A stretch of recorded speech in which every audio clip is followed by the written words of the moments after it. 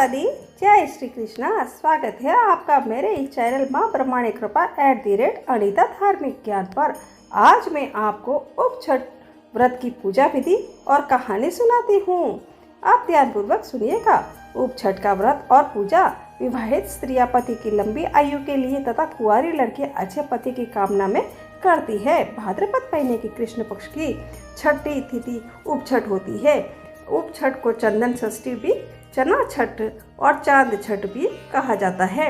भगवान श्री कृष्ण के भ्राता बलराम का जन्म दिन को उप छठ चंदन षष्ठी के रूप में धूमधाम से मनाया जाता है। शाम ढलने के बाद व्रत रखने वाली महिलाएं और कुंवारी लड़कियां मंदिरों में ठाकुर जी के दर्शन के साथ परिवार में सुख समृद्धि की कामना करती है। महिलाएं रात्रि में चंद्रोदय के बाद ही अर्घ्य देकर पूजा करने के बाद व्रत का पालना करती है। उप छठ का व्रत रखने वाली महिलाएं और कुंवारी लड़कियां सूर्यास्त के बाद से चंद्रोदय तक खड़े रहकर पौराणिक कथाओं का श्रवण करती है। कई मंदिरों में महिलाओं के लिए भजन मंडली, सांस्कृतिक कार्यक्रम और झूला झूलने के लिए झूले भी लगते हैं, जिससे वे चांद की पूजा करने तक खड़ी रह सके। उप छठ के दिन मंदिर में भगवान की पूजा की जाती है। चांद निकलने पर चांद को अर्घ्य दिया जाता है, जिसके बाद व्रत खोला जाता है। सूर्यास्त के बाद से लेकर चांद के उदय होने तक खड़े रहते हैं, इसलिए इसको उप छठ कहते हैं। उप छठ की पूजा विधि इस प्रकार है। स्त्रियां इस दिन पूरे दिन उपवास रखती है, शाम को दोबारा नहाती है और नए कपड़े पहनती है। मंदिर जाती है, वहाँ भजन करती है, चंदन घिसकर टीका लगाती है। कुछ लोग लक्ष्मी जी और गणेश जी की पूजा करते हैं तो कुछ अपने इष्ट की करते हैं। भगवान को कुमकुम और चंदन से तिलक करके अक्षत अर्पित करते हैं। सिक्का, फूल, फल, सुपारी चढ़ाते हैं। दीपक, अगरबत्ती जलाते हैं। फिर हाथ में चंदन लेते हैं। कुछ लोग चंदन मुंह में रखते हैं। इसके बाद उप छठ व्रत की कहानी सुनते हैं और गणेश जी की कहानी सुनते हैं। इसके बाद पानी भी नहीं पीते जब तक चांद न दिख जाए।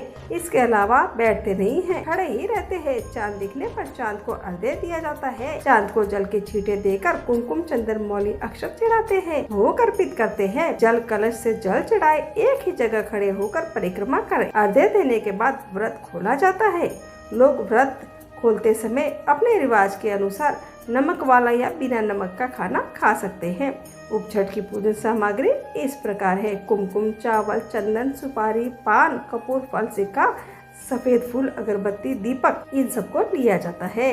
उप छठ की अब मैं उद्यापन की विधि भी बताती हूँ। इस व्रत के उद्यापन के लिए पाव भर के 8 लड्डू बनाए जाते हैं।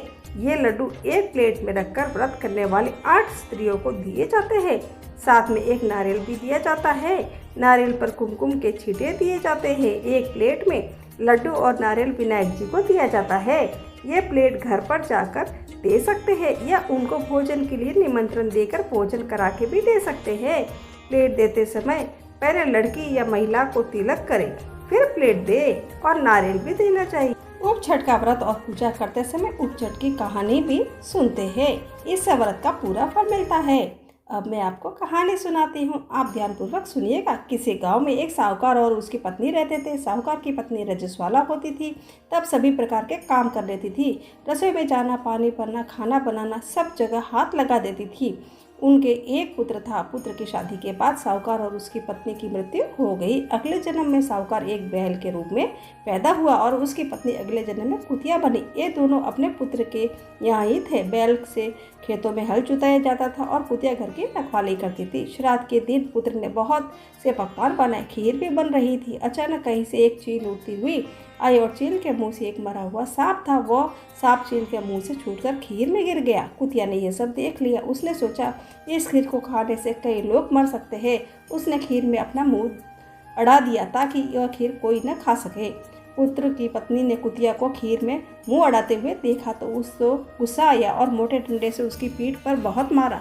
चोट तेजी थी। कुतिया की पीठ की हड्डी टूट गई। उसे बहुत दर्द हो रहा था। रात को वह बैल से बातें कर रही थी। उसने कहा कि तुम्हारे लिए श्राद्ध हुआ, तुमने पेट भर भोजन किया होगा, मुझे तो खाना भी नहीं मिला, मार पड़ी सो अलग। बैल ने कहा कि मुझे तो भोजन नहीं मिला, दिन भर खेत पर ही काम करता रहा। ये बातें बहू ने सुन ली। उसने अपने पति को बताया। उसने एक पंडित को बुलाकर इस घटना का जिक्र किया। पंडित ने अपनी ज्योतिष विद्या से पता करके बताया कि कुतिया उसकी माँ है और बैल उसके पिता है। उनकी ऐसी योनि मिलने का कारण माँ द्वारा रजुस्थल होने पर भी सब जगह हाथ लगाना और खाना बनाना और पानी भरना था। उससे बड़ा दुख हुआ और माता पिता के उद्धार का उपाय पूछा। पंडित ने बताया यदि उसकी कुंवारी कन्या भाद्रपद कृष्ण पक्ष की षष्ठी यानी उपछठ का व्रत करे और शाम को नहाकर पूजा करे, उसके बाद बैठे नहीं, चांद निकलने पर अर्घ्य देने पर जो पानी गिरे वह बैल और कुतिया को छुए तो उनका मोक्ष हो जाएगा। जैसा पंडित ने बताया था वैसे ही कन्या उपछठ का व्रत किया, पूजा की, चांद निकलने पर चांद को अर्घ्य दिया। अर्घ्य का पानी जमीन पर गिरकर बहते हुए बैल और कुतिया पर गिरे ऐसी व्यवस्था की पानी उन पर गिरने से दोनों को मोक्ष प्राप्त हुआ और उन्हें इस योनि से छुटकारा मिल गया। ये है उपछठ माता। जैसे इनका किया वैसे ही सभी का उद्धार करना। कहानी कहने वाले और सुनने वाले और हुकारा भरने का भला करना। बोलो छठ माता की जय। अब मैं आपको गणेश भगवान की कहानी सुनाती हूँ। एक सास बहू थी। सास उनकी बहू को खाना नहीं देती थी। बहू रोज नदी पर जाते समय घर में आटा ले जाती। नदी के पानी से आटा गूंथती। गणेश जी भगवान के मंदिर में दीपक से घी लेती, भोग में से गुड़ लेती और पास के शमशान में बाटी सेकती। बाटी में घी गुड़ मिलाकर चूरमा बनाती और गणेश जी भगवान को भोग लगाकर खुद जीम लेती। ऐसा करते बहुत दिन हो गए। ये देखकर गणेश जी भगवान को बहुत आश्चर्य हुआ। उन्होंने अपने मुंह में उंगली दबा के रख ली। बहू तो घर आ गई, परंतु जब दूसरे दिन मंदिर के पट खुले तो लोगों ने देखा गणेश जी भगवान की नाक पर उंगली है तो मंदिर में भीड़ एकत्र हो गई। गांव के लोगों ने हवन पूजा की पर गणेश जी भगवान के उंगली नहीं उतारी। तब सारे गांव में कहलवा दिया कि जो कोई गणेश जी भगवान के नाक से उंगली हटवाएगा उसे राजा जी सम्मानित करेंगे। बहू ने सास से कहा कि सासू जी मैं कोशिश करूंगी। तब सास बोली इतने बड़े पढ़े पंडित विद्वान कोशिश कर लिए, तू क्या करेगी। सब लोग मंदिर के बाहर एकत्र हो गए।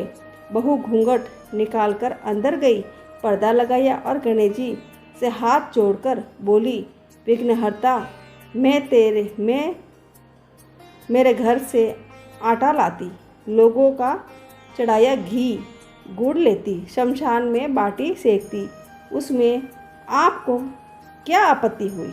आपको मुंह में उंगली हटानी पड़ेगी। गणेश जी ने सोचा इसकी बात तो माननी ही पड़ेगी। इससे पहले मेरे भोग लगाया, यह तो मेरी भक्त है। गणेश जी भगवान ने उंगली हटा ली और बहू को आशीर्वाद दिया कि इस गांव में सभी प्रेम से रहेंगे। बहू मंदिर से बाहर आई। सब गांव वालों ने कहा कि बहू तूने उंगली कैसे हटवाई, तू तो जादूगरनी है रे।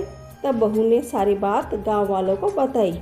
मेरी सास मुझे खाना नहीं देती, तब मैं घर से आटा लाकर नदी के पानी से आटा लगाकर बाटी बनाकर शमशान में सेक कर गणेश जी के दीपक से घी प्रसाद में से गुड़ चुराकर गणेश जी को भोग लगाकर खुद खा लेती। इसलिए गणेश जी को आश्चर्य हुआ। उन्होंने इसलिए मुंह पर उंगली रख ली और मेरी प्रार्थना पर उंगली हटा दी।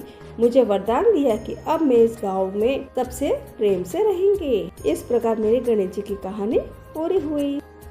इस प्रकार मेरी उपछठ की और गजानन जी की कहानी पूरी हुई। अगर आपको मेरी ये कहानी अच्छी लगी है तो आप मेरी इस वीडियो को लाइक करो और शेयर करो और अपने दोस्तों के साथ, बहनों के साथ ज़रूर शेयर करना। जय माता दी, जय श्री कृष्णा। मिलते हैं अगले वीडियो तक।